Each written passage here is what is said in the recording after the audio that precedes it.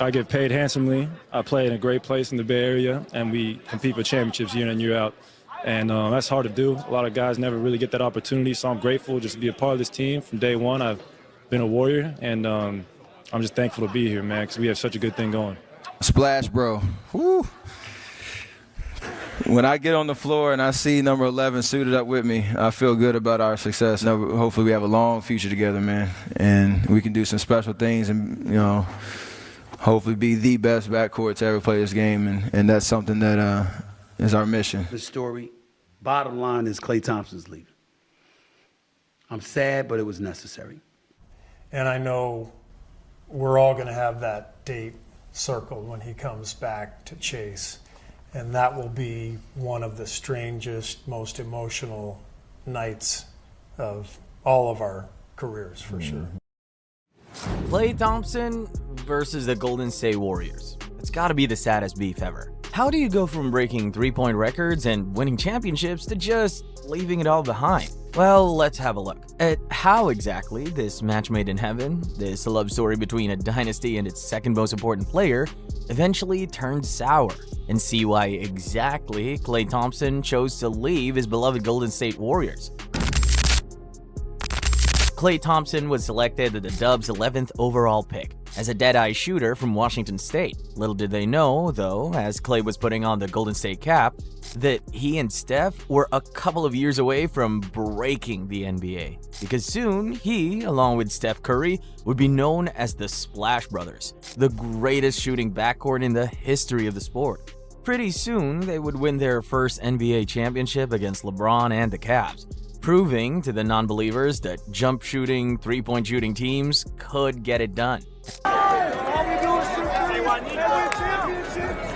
It wasn't just a fad or a gimmick. As a team, he'd be a pivotal piece in the Dubs winning 4 rings. He literally has the same number of rings as LeBron. Teams just did not know what to do against the Warriors, who had the best and second best shooter in the league, and maybe of all time. Steph was always the better player, 2 times MVP, 1 unanimous, but Klay Thompson in his own right has some ridiculous individual accolades with the Dubs. There was that 60-point game, where he only took 11 dribbles. Another time, it was 43 points with only 4 dribbles. Of course, there was also the 37-point quarter, when he shot 9 of 9 from 3, which is a record. You notice how it just gets more and more ridiculous as I go on? Prime Klay was a cheat code, don't ever forget it. Of course, he also holds the record for most threes in a game, with 14 against the Bulls. Most importantly, though, the persona of Game 6 Klay. He's performed his best and most clutch basketball in so many Game 6s.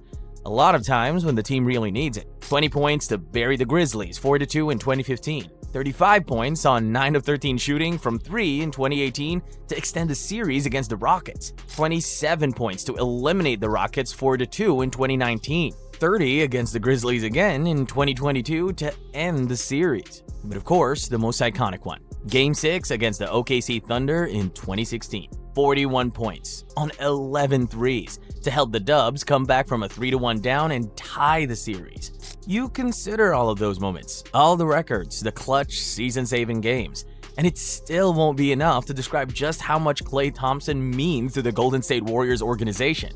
Way more for the Dubs fans. He was a Golden State through and through, a fan favorite in the Bay Area, and throughout the whole league as well. He was poised to be a Golden State lifer, which makes what happened with him and the Warriors all the more tragic.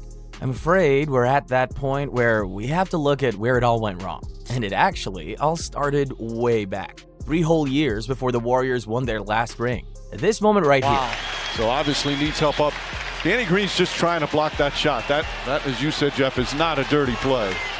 This slow burn tragedy that is the Klay versus Warriors beef started with this tragedy. Torn ACL in the Game 6 elimination game between the Warriors and the Raptors. The day that ended the Kevin Durant Warriors, and the pivotal day that would derail Klay's Golden State career.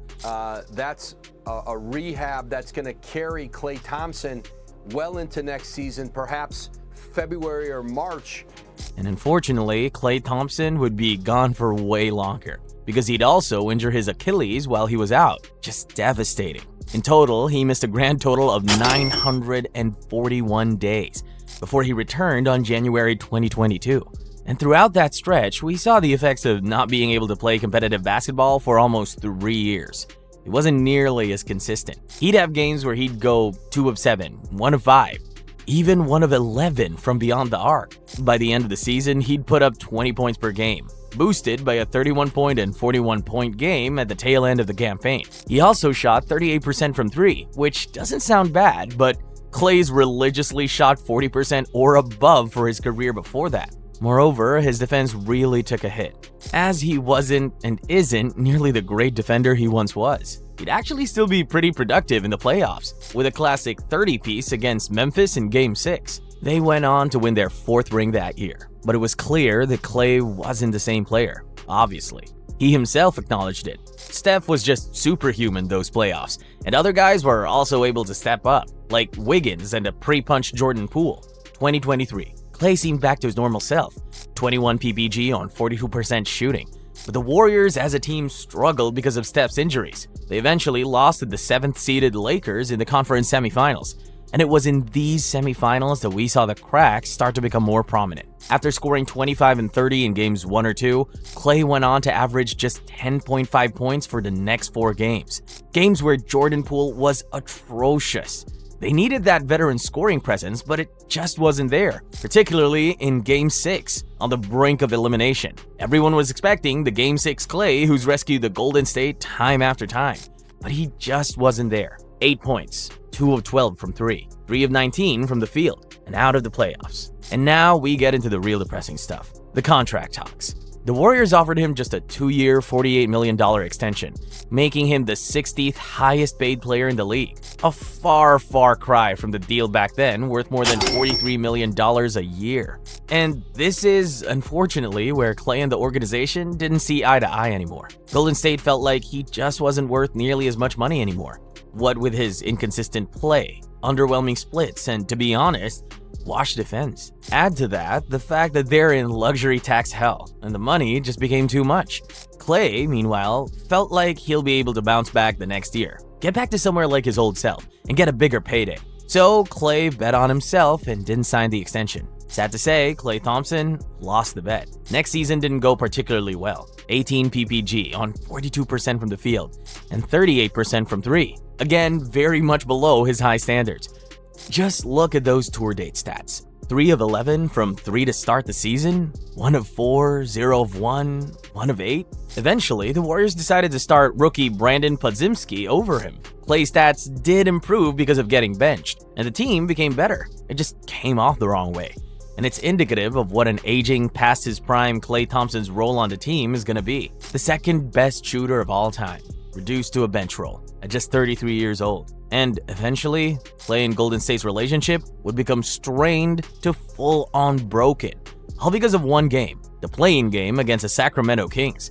This was the straw that broke the camel's back. 0 points, 0 from 10 from the field, 0 of 6 from 3. This clip just sums everything up.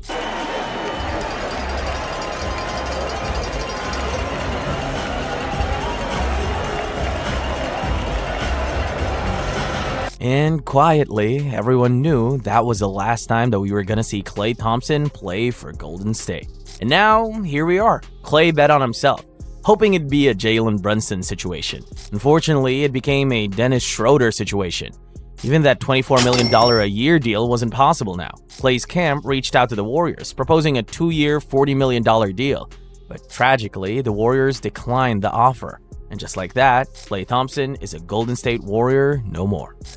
You know, having Klay head on to Dallas, it's tough. It's something that I never imagined would be a reality. But you know, you want him to be happy. You want him to be able to enjoy the game of basketball. It does suck losing Klay. There's no 2 ways around it. So you have to be able to celebrate what we accomplished, but then Klay Thompson, after what happened with the Warriors, eventually signed with the Dallas Mavericks' 3-year, $50 million contract. Roughly $2 million less per year than what he proposed to Golden State. It's a truly heartbreaking story. Klay didn't want to leave. Golden State didn't want to have to let him go. The fans didn't want him to go. I'm not talking about Dubs fans. I'm talking about every NBA fan. Klay is synonymous with Golden State, with the Splash Bros, and this just doesn't feel right. But hey, these difficult decisions are needed to avoid stagnation. Look at Klay. He gets to have a way bigger role with the Dallas Mavericks, who just came off a heroic finals run, and people are saying he could be the piece that takes them all the way. They role players, and even Kyrie went cold the whole finals, and someone like Klay could be the stop league for that. Besides, the tax laws in Dallas might make him earn even more than if he got the $20 million a year deal with the Warriors. He gets more money, while also being in a contending team. The Warriors, meanwhile, doesn't have that dilemma of benching Klay. They can just start pods without any hiccups. They're also free of a pretty damn big contract, giving them way more flexibility. They've already gotten more moves done, acquiring guys like Kyle Anderson and Buddy Hield. These moves might not make them contenders in a loaded West, but hey, they did something, and with one half of the Splash Bros still with them, anything can happen. It's just very unfortunate that should the Warriors contend, Klay Thompson won't be part of the ride. He was supposed to be a lifer. He wanted to be. Golden State wanted him to be. The fans all wanted him to be. But it just wasn't meant to be. And what we got was Klay Thompson versus the Warriors. Maybe the saddest beef ever.